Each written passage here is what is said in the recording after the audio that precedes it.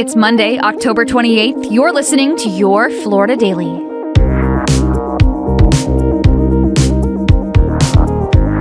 I'm Katrina Scales.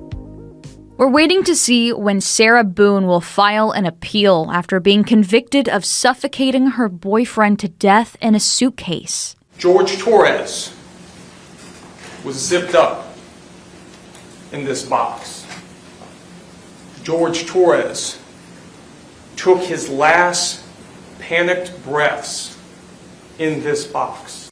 It took jurors just about 90 minutes on Friday night to convict Boone on a second-degree murder charge for the 2020 death of George Torres Jr. Her lawyers tried to argue during the trial that Boone was the victim of battered spouse syndrome. While the jury didn't go for it, they think she does have some good arguments to bring up on appeal. Here's Boone's lead attorney. We feel like she's got a couple of pretty good appellate issues, and just, Sarah's plight's not over. So I'm sure, as y'all know, she's a fighter. I'm sure she'll be filing an appeal. Sentencing is set for December 2nd. She faces up to life in prison. Students across Florida lost hours of class time as schools shut down for hurricanes Helene and Milton. Administrators are looking at ways to reduce makeup days, but in some districts, some kids lost out on over 50 hours of classroom time. That's nearly 5% of the year. Kindergarten through third grade students are required by the Florida Department of Education to be in school for 720 hours each year, and fourth through high school students, 900 annual instruction hours. With varying amounts of lost days across the west coast of Florida, each district will have to make its own plans. Sarasota County, where Milton made landfall, high schools will tack on an extra 5 minutes to each class period through the end of the year and move the fall semester into the new year.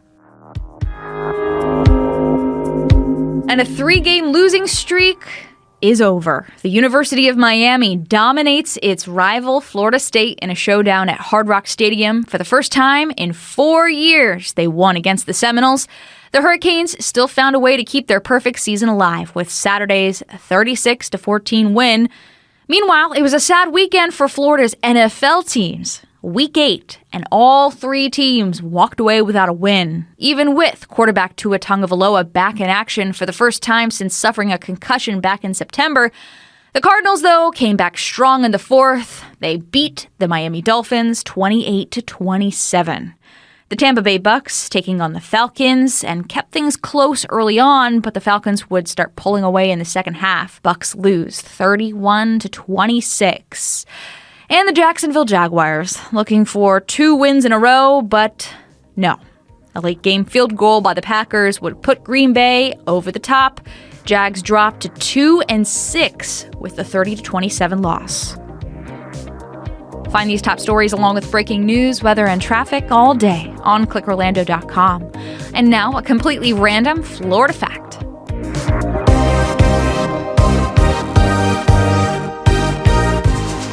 In October of 1971, Walt Disney World was officially dedicated by Roy O. Disney. The ceremony included a 1,000-piece marching band performing down Main Street, performances by the World Symphony Orchestra, and a filmed television special starring Bob Hope.